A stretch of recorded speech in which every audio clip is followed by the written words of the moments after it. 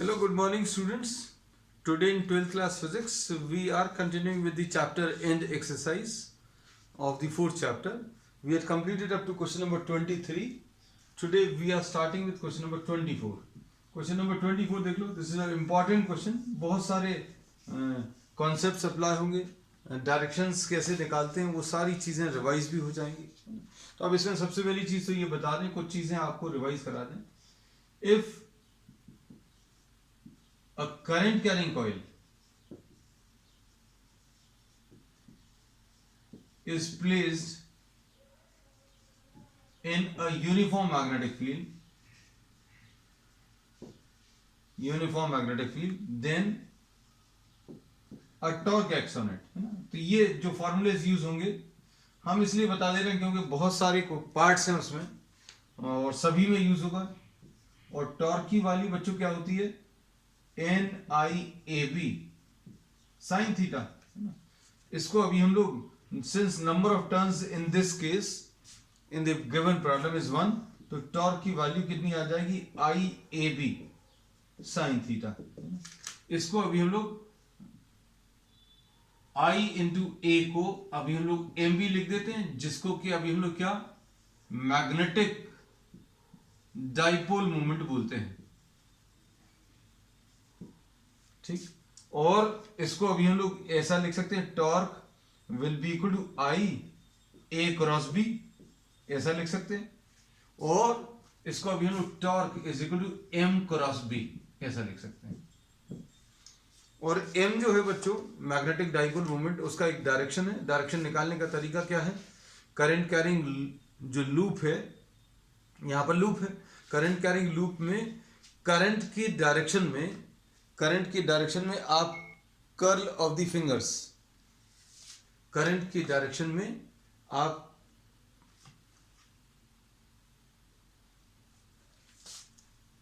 Current की direction में curl of the fingers ले लो. करंट की डायरेक्शन में कर्ल ऑफ द फिंगर्स अगर आप ले लें, then the direction of the stretched thumb will give you the direction of magnetic dipole moment, ऐसा कुछ बोल सकते हैं. तो अब हम लोगों ने इसमें यह बता दिया है आपको कि मैग्नेटिक डाइपोल मोमेंट का डायरेक्शन कैसे निकालते हैं. मैग्नेटिक डाइपोल मोमेंट का डायरेक्शन निकालने के लिए आप फिंगर्स को कर्ल करें. किस डायरेक्शन में कर्ल करें? जिस डायरेक्शन में करंट फ्लो कर रहा है उस डायरेक्शन में फिंगर्स को कर्ल करें. The direction of stretched thumb will give you the direction of area और direction of magnetic dipole moment, है ना. तो कर्ल ऑफ द फिंगर्स अगर करंट की डायरेक्शन में है, in the direction of current, then stretched thumb gives you what? The direction of area और the direction of magnetic dipole moment. ये इसमें यूज होने वाला है, इसलिए ये बता दिया, है ना. दूसरी चीज टॉर्क का डायरेक्शन अगर आपको बताना है तो टॉर्क का डायरेक्शन बताने के लिए भी एक सिंपल सा तरीका है. क्या? कि आप फिंगर्स को कर्ल करो. इनफैक्ट क्रॉस प्रोडक्ट में कहीं पर भी यही तरीका है डायरेक्शन निकालने का कि आप पहले वेक्टर को दूसरे वेक्टर की तरफ घुमाओ, एरिया वेक्टर को मैग्नेटिक फील्ड की तरफ घुमाएं, और जिस डायरेक्शन में रोटेशन है उस डायरेक्शन में फिंगर्स को कर्ल करो, और direction of thumb will give you the direction of torque, है. तो ये दो चीजें अभी हम लोग यूज करने वाले हैं. अब इसमें हम लोग आपको दो डिफरेंट टाइप के अप्रोच लेंगे प्रॉब्लम को सॉल्व करने के. प्रॉब्लम जैसे जैसे आगे बढ़ेगा हम चीजों को आपको एक्सप्लेन करते चलेंगे, कौन सी चीज कैसे यूज हो रही है. फर्स्ट वाला प्रॉब्लम देख लीजिए. इसमें first part, a uniform magnetic field of 3000 gauss. बच्चों बी दिया है 3000 गॉस, यानी 3000 into 10 to the power of -4 t, ऐसा कुछ आएगा. और इसको अगर आप सॉल्व करोगे तो 3/10 या 3 into 10 to the power of -1 t आ जाएगा, यानी 0.3 t. सबसे पहली चीज तो ये दी है, is established along the positive z direction. तो बच्चों b जो है 0.3 t दिया है, और अगर आपको इसको वेक्टर टर्म्स में लिखना है, ये तो मैग्नीट्यूड है, तो 0.3 के लिख सकते हैं टेस्ला। ये के क्यों लगा दिया? क्योंकि ये जेड डायरेक्शन में काम कर रहा है। मैग्नेटिक फील्ड जो है that is acting along the Z direction. तो जेड डायरेक्शन को बताने के लिए अभी हम लोग आई, जे और के में से किसको यूज करते हैं? वी यूज के। ठीक, अब इसके बाद a rectangular loop of sides 10 centimetre and 5 centimetre. बच्चों लेंथ इसकी, लेंथ 10 सेंटीमीटर और ब्रेड्थ बच्चों 5 सेंटीमीटर है ना, ये दिया हुआ है। And it carries a current of 12 amperes. Current बच्चों इसमें 12 एम्पियर्स है। उसके बाद what is the torque acting in the different cases shown in the figure, what is the force in each case, है ना। तो बच्चों फोर्स तो अभी हम लोग मालूम है that no net force acts on the dipole. Current carrying loop में कोई नेट फोर्स नहीं एक्ट करता, लेकिन एक मोमेंट एक्ट करता है या टॉर्क एक्ट करता है। और टॉर्क की वैल्यू कितनी होती है? M B sine theta. M अभी हम लोग क्या बोलते हैं? M is the magnetic dipole moment. तो बच्चों एम की वैल्यू कैसे मिलती है? I into A, I into area. I कितना है बच्चों? आई इसमें 12 है, ठीक है। एरिया कितना है? एरिया अभी आप बता सकते हो, एरिया आ जाएगा 10/100 इंटू 5/100, ऐसा कुछ लिख सकते हैं। एरिया जो है, चूंकि रेक्टेंगुलर लूप है तो एरिया निकालने के लिए लेंथ इंटू ब्रेड्थ का यूज करेंगे। अब इसमें ये ऐसा कुछ आ जाएगा, 12 5 से 60 आ जाएगा, 60 डिवाइडेड बाय 1000, इसमें ये कैंसिल होगा तो m की वैल्यू बच्चों मिल जाएगी इसमें। और ये m की वैल्यू कितनी आ जाएगी? 0.06 एम्पियर मीटर स्क्वायर। अब आपको m पता चल गया, b आपको मालूम ही है ना। अब इसमें m का एक डायरेक्शन रहेगा। m का डायरेक्शन निकालने के लिए curl of the fingers Poynting in the direction of current, the direction of the thumb will give you what? The direction of magnetic field, ऐसा कह सकते हैं। अब देखो फर्स्ट केस, ए पार्ट,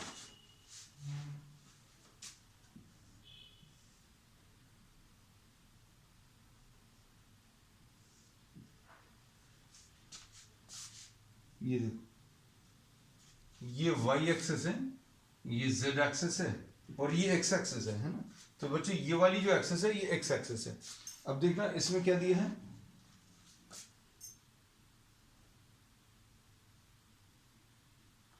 ये एक रेक्टेंगुलर लूप है जो कि ऐसा कुछ रखा हुआ है। अब इसमें मैग्नेटिक फील्ड बच्चों कैसी एक्ट कर रही है? Magnetic field is 0.3 t along the z direction, ये मैग्नेटिक फील्ड है ना। ये अभी हम लोगों ने बना दिया। अब इसके बाद क्या दिया है देखना ध्यान से, इसमें करंट का डायरेक्शन दिया हुआ है, करंट का ऐसा कुछ डायरेक्शन है, ठीक। अब क्या करेंगे, अब देखना ध्यान से, इसमें ये y डायरेक्शन है, ये z डायरेक्शन है, ये y डायरेक्शन, ये z डायरेक्शन, और आपको m का डायरेक्शन बताना है। इस केस में direction of m in the a part is कहां की तरफ है बच्चों? देखो आप फिंगर्स को कर्ल करो, किस डायरेक्शन में कर्ल करो? इन द डायरेक्शन ऑफ करंट। तो करंट की डायरेक्शन में आपने फिंगर्स को कर्ल किया तो ये direction of the stretched thumb will give you the direction of magnetic dipole moment. ये याद रखना, क्योंकि दो चीजों के डायरेक्शन निकाल रहे हैं, दोनों को इसी से निकाल रहे हैं। अब मैग्नेटिक डाइपोल मोमेंट अगर आपको निकालना है तो मैग्नेटिक डाइपोल मोमेंट का फॉर्मूला याद होना चाहिए, ये है। अब इसमें कोई क्रॉस प्रोडक्ट तो है नहीं, इसमें कोई भी क्रॉस प्रोडक्ट नहीं है। क्रॉस प्रोडक्ट अगर होता तो क्या करते हैं हम लोग? बोलते हैं पहले वेक्टर को सेकंड वेक्टर की तरफ रोटेट करो और उस डायरेक्शन में आप कर्ल ऑफ द फिंगर्स लो, फिर direction of the cross product will give you is given by the direction of stretched thumb. तो अभी हम लोगों ने इसमें सिंपल सा ये कहा है कि अगर मैग्नेटिक डाइपोल मोमेंट का डायरेक्शन बताना है तो फिंगर्स को कर्ल करो इन the direction of current, the direction of stretched thumb. तो बच्चों ये y एक्सिस है, ये z axis, direction of stretched thumb बाहर की तरफ is along positive x axis, कहाँ की तरफ है बच्चों? पॉजिटिव एक्स एक्सिस की तरफ है। मतलब अभी हम लोग क्या बोलेंगे इस केस में, m की वैल्यू बच्चों कैसी आ गई? 0.06 i, ऐसा बोल सकते हैं। तो अब हम वेक्टर टर्म्स में आपको इसलिए बताते जा रहे हैं ताकि आपको चीजें क्लियर रहें, और किसी किसी को इसमें भी दिक्कत जा सकती है, तो सबके लिए अभी हम कुछ कुछ चीजें और बताते जाएंगे। जैसे चलो अच्छा ये इसको भी बाद में ले लें, m ये आ गया और b अभी हम लोगों को मालूम है। अब इसमें देखो टॉर्क अगर लेना है तो torque will be equal to I A या M B sine theta, m into B into sine theta. m कितना है बच्चों? इसको यहां कहीं पर लिख दे रहे हैं, torque will be equal to m cross b, ऐसा कुछ आएगा। m कितना है बच्चों? m इसमें 0.06 i क्रॉस b कितना है? तो b अभी हम लोग मालूम है कितना है?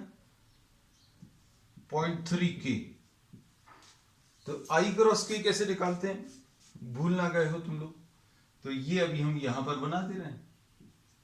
ये एक सर्कल ले लो, इस सर्कल में i, j और k तीन जगह पर लिख लो, एक एरो बना दो, है ना।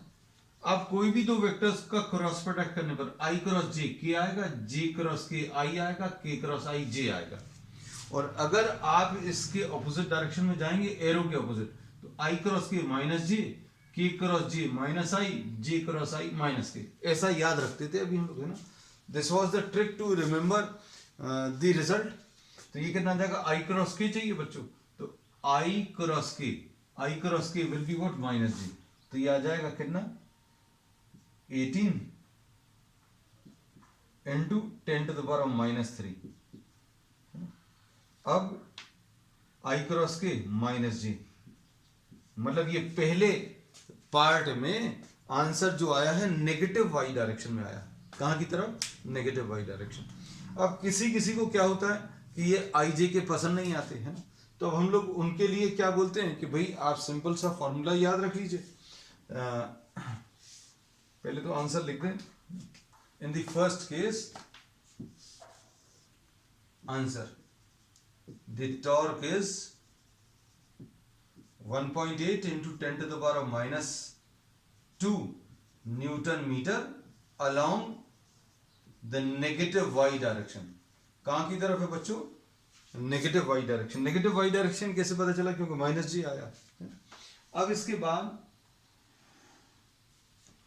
अब इसमें अभी हम लोग ये कहते हैं कि आपको अगर ये सारी चीजें नहीं करनी, सपोज फॉर एग्जांपल किसी को आई जे के नहीं लेना है ना, तो अब हम लोग इसमें क्या करेंगे फिर? आपको डायरेक्शन तो बताना पड़ेगा। तो डायरेक्शन बताने का तरीका क्या है? पहले तो आप m का डायरेक्शन बता लो, वैल्यूज तो वैसे ही निकालेंगे। इसको बच्चों अभी हम रब कर दे रहे हैं क्योंकि ये ऑल्टरनेट मेथड है ना। तो ये चीज अभी हम रब कर दे रहे हैं, आंसर ऑलरेडी लिखा हुआ है।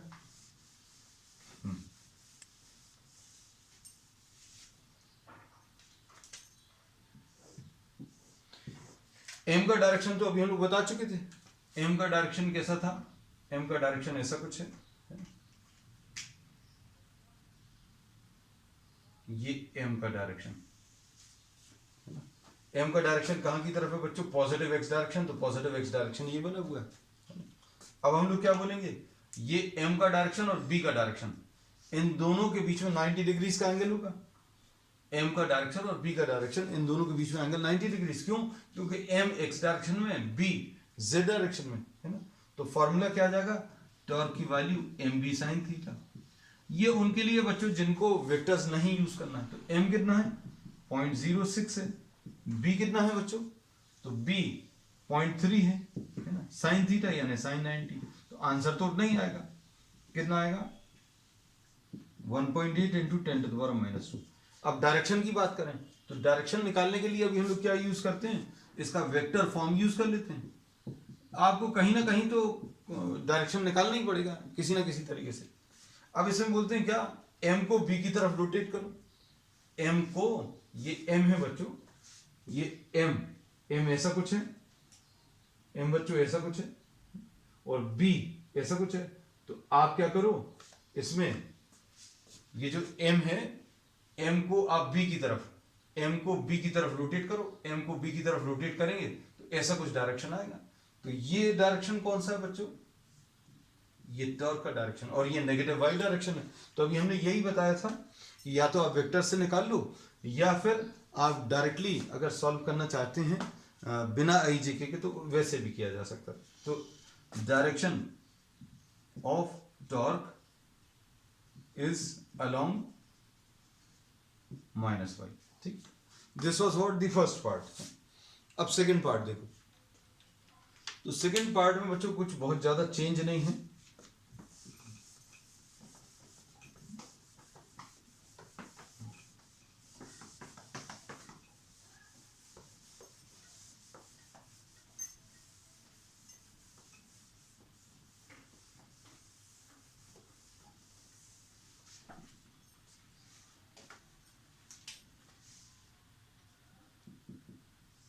हम बहुत सारी चीजें तो बताते चलेंगे, कुछ नई चीजें भी कुछ हो सकता है सीखने को मिले आप लोगों को।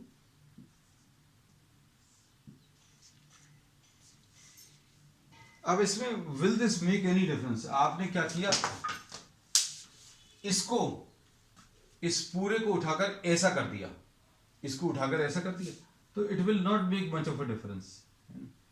क्यों डिफरेंस नहीं आएगा, देखो जरा, क्योंकि करंट का डायरेक्शन तो चेंज नहीं हुआ है ना। और ये कितना है बच्चों, ये 10 सेंटीमीटर है और ये 5 सेंटीमीटर है ना? तो एरिया तो चेंज नहीं हुआ। एरिया बच्चों कितना है, एरिया 10/100 इंटू 5/100, तो ये तो उतना ही है। और एम भी चेंज नहीं हुआ, एम क्या आ जाएगा, आई की वैल्यू 12 एम्पियर्स थी बच्चों, है ना। आई की वैल्यू कितनी थी, 12 एम्पियर्स। देख लें कुछ गलत तो नहीं लिख रहे हैं, 12 एम्पियर्स। एम की value I into A, this does not change.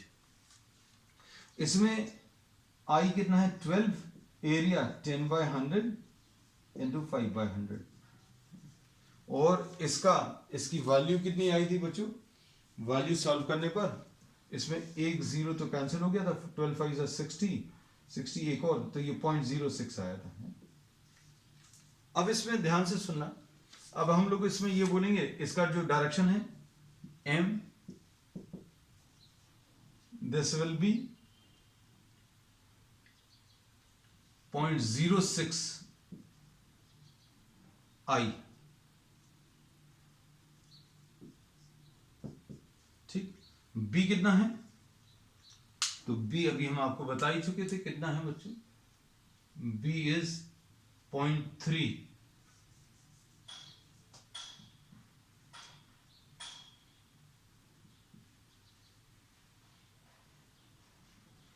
ऐसा कुछ है।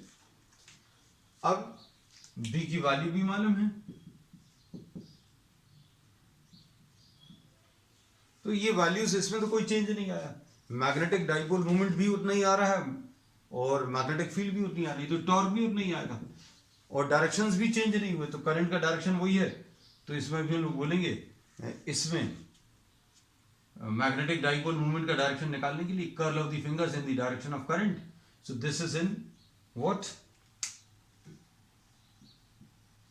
एम ऐसा है, बी ऐसा है, तो इसमें टॉर्क, फिर से टॉर्क की value M V sine theta, ये 0.06 इंटू 0.3 इंटू साइन 90 है ना।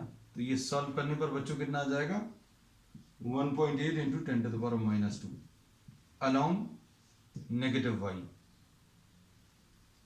ठीक है, तो सारे कैलकुलेशंस बिल्कुल सेम है, एरिया भी सेम है, करंट भी सेम है ना, direction of magnetic dipole moment ये भी सेम है। कुछ लोगों को हो सकता है, जैसा भी हम बार बार बोल रहे हैं कि वेक्टर्स में दिक्कत जाए, लेकिन वेक्टर्स आपको लेना ही पड़ेगा, है ना। कुछ प्रॉब्लम्स ऐसे रहेंगे जहां पर वेक्टर्स के बिना चलेगा नहीं, है ना। अब नेक्स्ट प्रॉब्लम बच्चों, नेक्स्ट पार्ट इसका,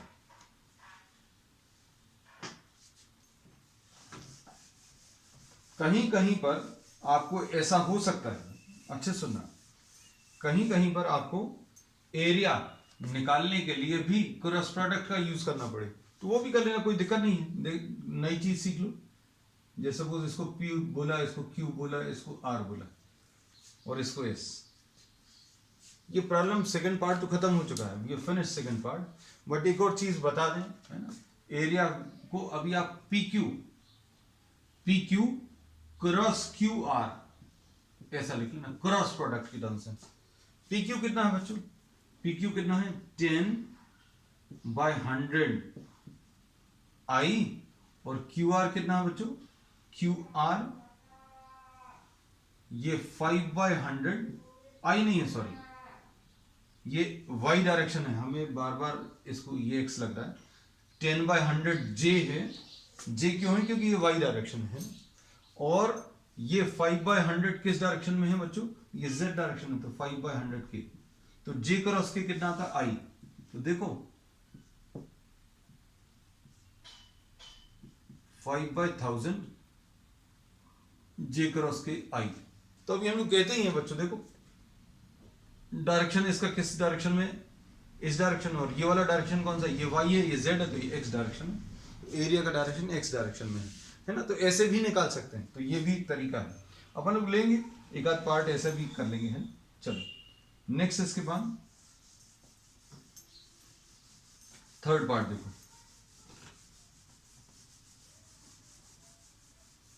इसमें बहुत सारे पार्ट्स हैं बच्चों, और सारी चीजें एकदम परफेक्टली क्लियर होंगी, क्योंकि डिस्कशंस जो अभी हम लोग इसमें लेते हैं वो इंपॉर्टेंट है।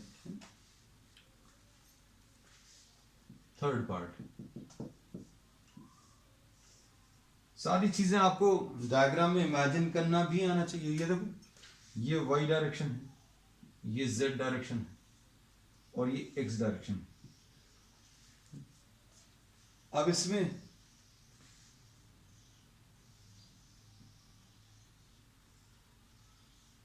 देखो, आपको इमेजिन करना आना चाहिए कि ये वेक्टर कहां पर लाई कर रहा है। तो अब इसमें ये वाला जो है करंट का डायरेक्शन बना दे बच्चों। देखो करंट ऐसा कुछ है, इसमें ऐसा है, ये ऐसा है, ये नीचे। अब देखो इसमें बताओ कैसा आएगा, इमेजिन करना आना चाहिए आपको। देखो y एक्सिस ये है, z एक्सिस ये है, और आपको ये कौन सा है? ये x एक्सिस है ना। अब आपको क्या करना है,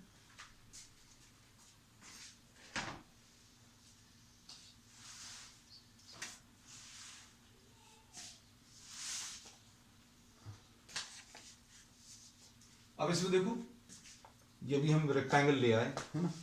इसमें अभी हम लोगों ने ये बोला कि करंट, ये देखो ये y एक्सिस है, ये z एक्सिस है बच्चों, ये वाली x एक्सिस है, और ये कहां पर लाई कर रहा है? ये वाला एज इसका x एक्सिस पर है, ये वाला z एक्सिस पर है। ये वाला जो एज है इसका x एक्सिस, ये वाला z एक्सिस है। अब इसमें करंट कैसा कैरी हो रहा है? ये देखो करंट इसमें ऐसा कुछ जा रहा है। करंट अगर ऐसा कुछ जा रहा है तो अभी आप क्या करोगे, आप इसको इधर नीचे आ रहा है, इस वाले में इधर पर ऐसा कुछ आ रहा है। This is how the current is being carried. तो अब हम लोग इसमें क्या बोलेंगे बच्चों? देखो राइट हैंड ले लो, thumb pointing in the direction of sorry, curl of the fingers pointing in the direction of current. The direction of stress thumb will give you what? The direction of M.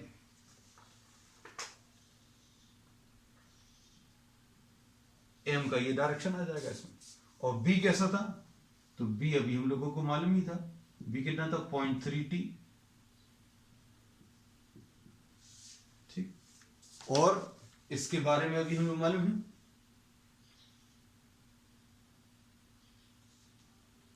Current का direction गलत तो नहीं बनाया अभी हमने?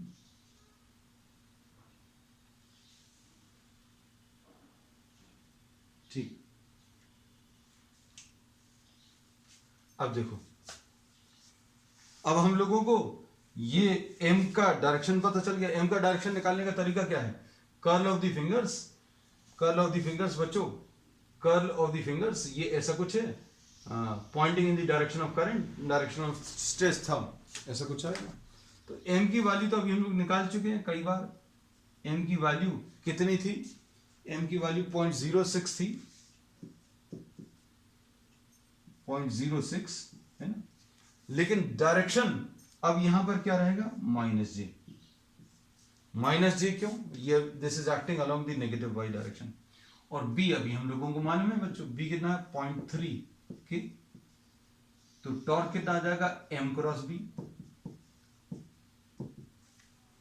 m cross B अगर आप ले लें तो ये कितना आ जाएगा, m कितना है बच्चों -0.06 जे क्रॉस बी की वैल्यू 0.3 की, तो ये कितना आ जाएगा 1.8 इंटू 10⁻⁻², ऐसा कुछ आएगा। और जे क्रॉस के कितना आएगा बच्चों, जे क्रॉस के आई आएगा और माइनस साइन, और माइनस साइन है और आई है, तो this torque is along the negative x direction. वैसे भी बता सकते हो, देखो कैसे बता सकते हो भाई, आपको अगर डायरेक्शन टॉर्क का बताना तो आपको ये वाला फॉर्म याद रखना पड़ेगा। पहले वेक्टर को दूसरे वेक्टर की तरफ घुमाओ, ये m को b की तरफ, m को अगर आप b की तरफ घुमाओगे तो ये अंदर की तरफ आएगा। तो अंदर की तरफ कौन सा डायरेक्शन है, बाहर की तरफ पॉजिटिव एक्स है और अंदर की तरफ कौन सा आ जाएगा, नेगेटिव एक्स डायरेक्शन, तो नेगेटिव एक्स डायरेक्शन, ऐसा कुछ आ गया। अब बच्चों इसका फोर्थ वाला जो पार्ट है वो सबसे टफेस्ट है ना, इसमें अब वेक्टर्स के बिना बिल्कुल भी नहीं चलेगा, है ना, चल सकता है। अब आप देखो क्या इसको कर पाएंगे, है ना। तो ये अभी हम फोर्थ वाला पार्ट ले रहे हैं।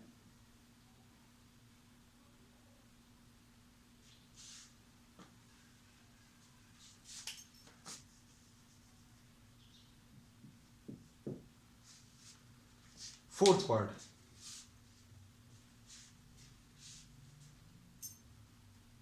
फोर्थ पार्ट में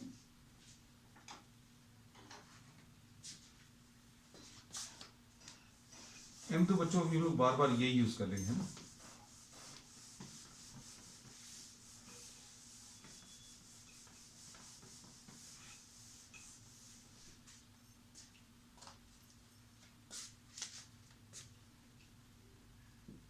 फोर्थ पार्ट,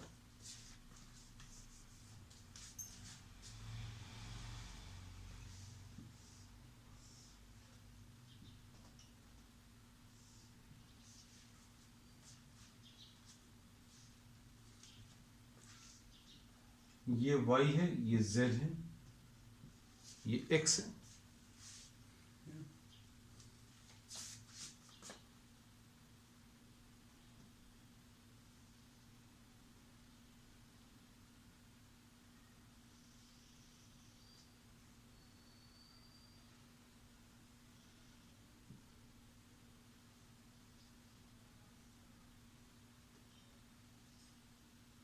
ऐसा कुछ है।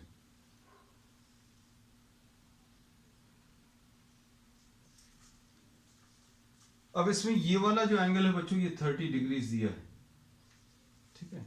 और करंट का डायरेक्शन कैसा है,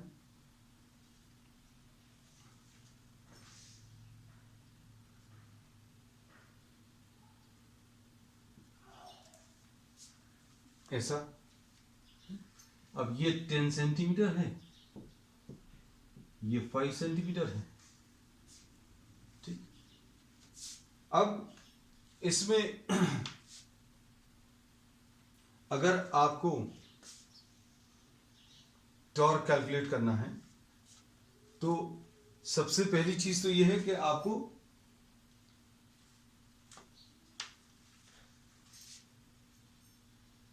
एरिया कैलकुलेट करना पड़ेगा। सपोज ये P है, ये Q है, ये R है, ये S है।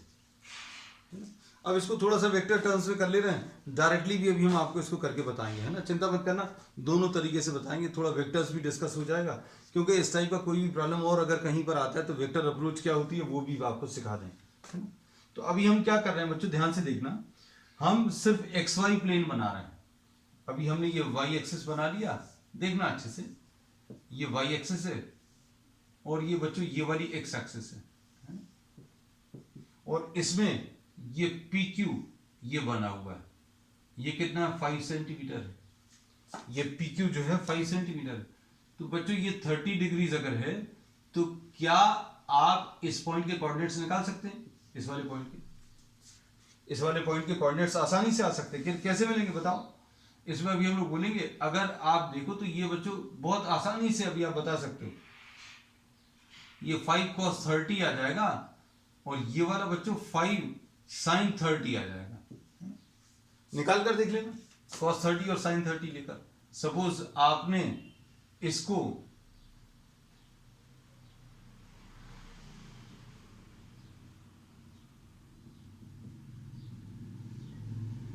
cos 30 अगर आप लोगे तो cos 30 कैसे मिलेगा बच्चों? cos 30 will be base upon hypotenuse OE upon 5, तो OE की वैल्यू 5 cos 30 है ना, तो ऐसे आसानी से निकाल सकते हैं। तो ये अभी हमने डायरेक्टली लिख दिया। तो इस पॉइंट के कोऑर्डिनेट्स कितने आ जाएंगे बच्चों? पहले x वाली वैल्यू लिखोगे, x वाली वैल्यू कितनी है? 5 sin 30 और ये 5 cos 30। तो इस पॉइंट के कोऑर्डिनेट्स आ गए। देखो, अगर आपको प्रैक्टिस थोड़ी सी अच्छी है तो ये चीज अभी आप डायरेक्टली बिना इस डायग्राम के भी कर सकते हैं। तो ये कितना आ जाएगा? 5 sin 30, 5 sin 30 यानी 5/2 कॉमा 5 रूट 3/2। अब बच्चों मन में ये आता है कि कोऑर्डिनेट्स की जरूरत क्या है, तो अभी हम लोग बोलेंगे। अब कोऑर्डिनेट्स के टर्म्स में अभी आप लिख सकते हो PQ कितना आएगा बच्चों? PQ अगर आपको लिखना तो ये तो 0 0 है, तो इसके कोऑर्डिनेट्स कैसे मिल जाएंगे? इसके कोऑर्डिनेट्स मिल गए हैं तो ये PQ वेक्टर आ जाएगा 5/2i and plus 5 root 3/2j। ऐसा लिख सकते हैं। अगर आपको किसी पॉइंट के कोऑर्डिनेट्स मालूम है या पोजीशन वेक्टर मालूम है तो क्या कर सकते हैं आप? If you know the position vector of Q, तो अब हम लोग क्या बोलेंगे बच्चों? ध्यान से देखना, PQ can be written as position vector of Q minus position vector of P। ऐसा लिख सकते हैं, position vector of Q minus position vector of P। ठीक। अब position vector of Q minus position vector of P अगर आप करोगे तो 5/2i और 5 रूट 3/2j, ऐसा कुछ मिलेगा।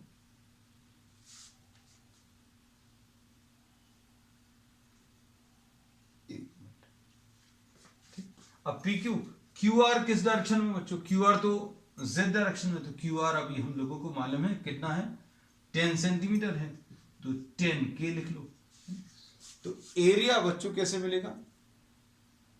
एरिया वेक्टर निकाल सकते हो। एरिया वेक्टर कैसे मिलेगा? Area vector will be equal to PQ cross QR। तो कैसे आएगा ये PQ क्रॉस QR? हम पूरा वेक्टर टर्म्स में बच्चों इसलिए सॉल्व करा दे रहे हैं ताकि आपको आगे अगर कोई भी प्रॉब्लम मिलता है वेक्टर टर्म्स में, अभी हम लोगों ने कह सकते हैं इनफैक्ट ये पहला प्रॉब्लम है जो पूरे तरीके से कंप्लीटली वेक्टर अप्रोच से सॉल्व कर रहे हैं। अब PQ कितना है? तो PQ तो अभी हम लोगों ने निकाल लिया, 5/2i plus 5 root 3/2j cross QR कितना है बच्चों? QR 10K है। तो ये सारा सेंटीमीटर स्क्वायर में आएगा, इसको अभी लोग मीटर स्क्वायर में चेंज कर लेंगे। कैसे?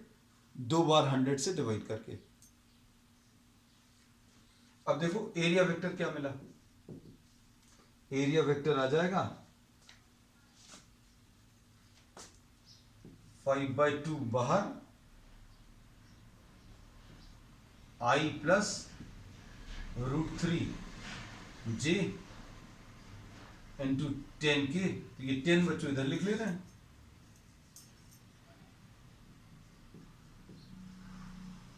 क्रॉस के। अब इसको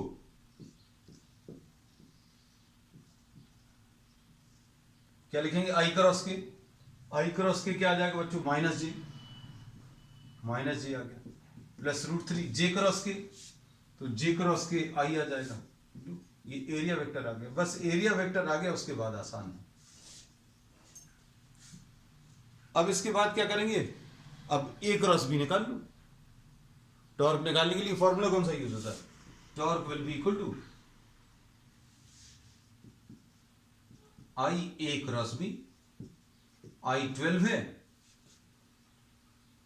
एरिया कितना है? 25/100 100 और 100 दो बार क्रॉस बी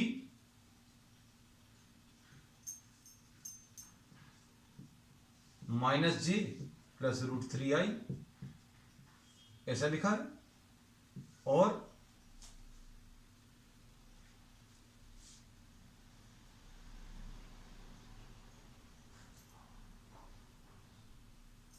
बी की वैल्यू कितनी है 0.3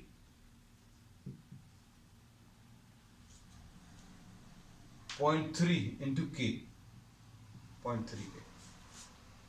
बस अब आप इसको सिंप्लीफाई कर लीजिए। सिंप्लीफाई करने पर क्या मिल रहा है, ये आपका टॉर्क आ गया ये। लेकिन टॉर्क जो आपको मिलेगा बच्चों ये वेक्टर टर्म्स में मिलेगा, है ना।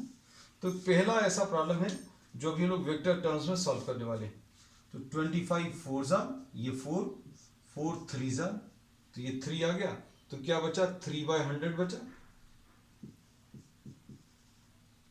ये 3/100 बचा है बच्चों। 25 4 जा 4 3 जा, ठीक। 3/100 इंटू 0.3 ऐसा कुछ आएगा, और अंदर कितना आ जाएगा माइनस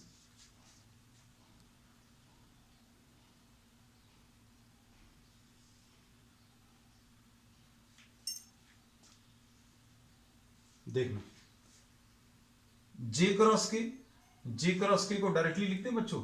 जे क्रॉस के को आई लिख देंगे, तो ये आई आ गया, ठीक। और यहां पर आई क्रॉस के को तो आई क्रॉस के को माइनस जे,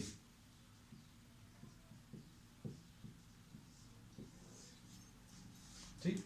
तो ये कितना आ जाएगा 0.9/100 इंटू माइनस आई माइनस √3j। मैग्नीट्यूड अगर चाहिए तो ये बच्चों टॉर्क पहला ऐसा प्रॉब्लम है जो अभी हम लोग ने कंप्लीटली वेक्टर के टर्म्स में सॉल्व किया। So this is the answer to the torque. अब मैग्नीट्यूड अगर चाहिए तो मैग्नीट्यूड निकाल सकते हो आसानी से। 0.9/100 मैग्नीट्यूड कितना आ जाएगा बच्चों इसका 1² प्लस तो ये कितना आ जाएगा 1.8, ये 2 आ जाएगा बच्चों सॉल्व करने पर। 2 into 1.9 2 into 0.9 1.8 into 10⁻²। Answer completely बिल्कुल वैसे ही आ रहा है, लेकिन अप्रोच जो है अभी हम लोगों ने वेक्टर ले लिया है। और ये किस वाले क्वाड्रेंट में लाई करेगा बच्चों, अगर आप देखो, अगर इसको एक्स एक्सिस ले लिया, इसको वाई एक्सिस ले लिया, तो माइनस आई भी नेगेटिव है और जे भी नेगेटिव है ना। तो यहां कहीं पर आएगा, तो एंगल बच्चों कैसे मिलेगा 180 प्लस एंगल। अभी आप निकाल लेना, एंगल निकाल सकते हैं। देखो अभी हम एंगल के टर्म्स में एंगल के बारे में भी डिटेल में बता दे रहे हैं। ये -1 और -√3 को अगर आप प्लॉट करोगे तो ये -1 है और ये -√3 है ना। तो ये 1 है, ये √3 है। एक्स की वैल्यू बच्चों इसमें कितनी आई है, जे क्रॉस के को सही लिखा कि नहीं, जे क्रॉस के को आई, ठीक। तो आई की वैल्यू कितनी है, आई की वैल्यू 1 है, ये 1 है, ये √3। अब बच्चों ये एंगल बताना, देखो एक्स वाली वैल्यू 1 है और वाई वाली वैल्यू √3 है। तो अगर ये एंगल आपको बताना तो ये एंगल कैसे मिलेगा, tan theta will be equal to perpendicular divided by base, यानी √3 आ जाएगा। मतलब एक्स एक्सिस से अगर इसको एक्स और वाई लिया तो ये 180 और प्लस 60 यानी 240 degrees with the positive x direction. तो डायरेक्शन भी बता दिया हम लोगों ने। डायरेक्शन अगर आप ऐसा छोड़ दोगे तो परफेक्टली ओके है। Torque in terms of vectors perfectly okay, क्योंकि इसमें मैग्नीट्यूड भी है और डायरेक्शन भी है। लेकिन अगर आपको मैग्नीट्यूड अलग बताना, डायरेक्शन अलग बताना, तो दोनों चीजें भी हमने आपको बता दी। अब इसमें फिफ्थ पार्ट और सिक्स पार्ट बच्चों बहुत इजी है, उसमें ज्यादा कैलकुलेशंस नहीं है। रीजन क्या है, देखो टॉर्क कैसे मिलता है,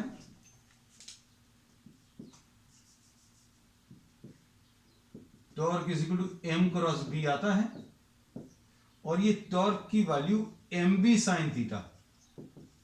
ये जीरो कब होती, जब थीटा की वैल्यू 0 है तो टॉर्क 0 आएगा, और थीटा की वैल्यू 180 अगर है तो भी टॉर्क 0 आएगा। अब देखो ये टॉर्क जीरो जो है आपको आखिरी के दोनों केसेस में आने वाला है। क्यों आने वाला है देखो जरा ध्यान से, डायग्राम ड्रॉ कर दें बच्चों। ये वाई डायरेक्शन है, ये जेड डायरेक्शन है, ये एक्स है।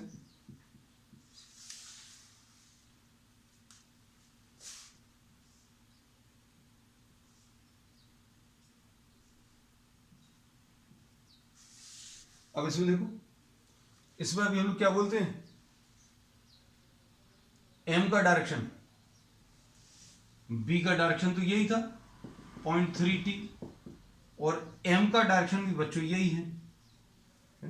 किस वाले केस में? फिफ्थ वाले केस में। So for the fifth case theta is equal to 0, तो टॉर्क की value m into B into sine 0 यानी 0 आ जाएगा। सिक्स वाले केस, सॉरी सिक्स केस,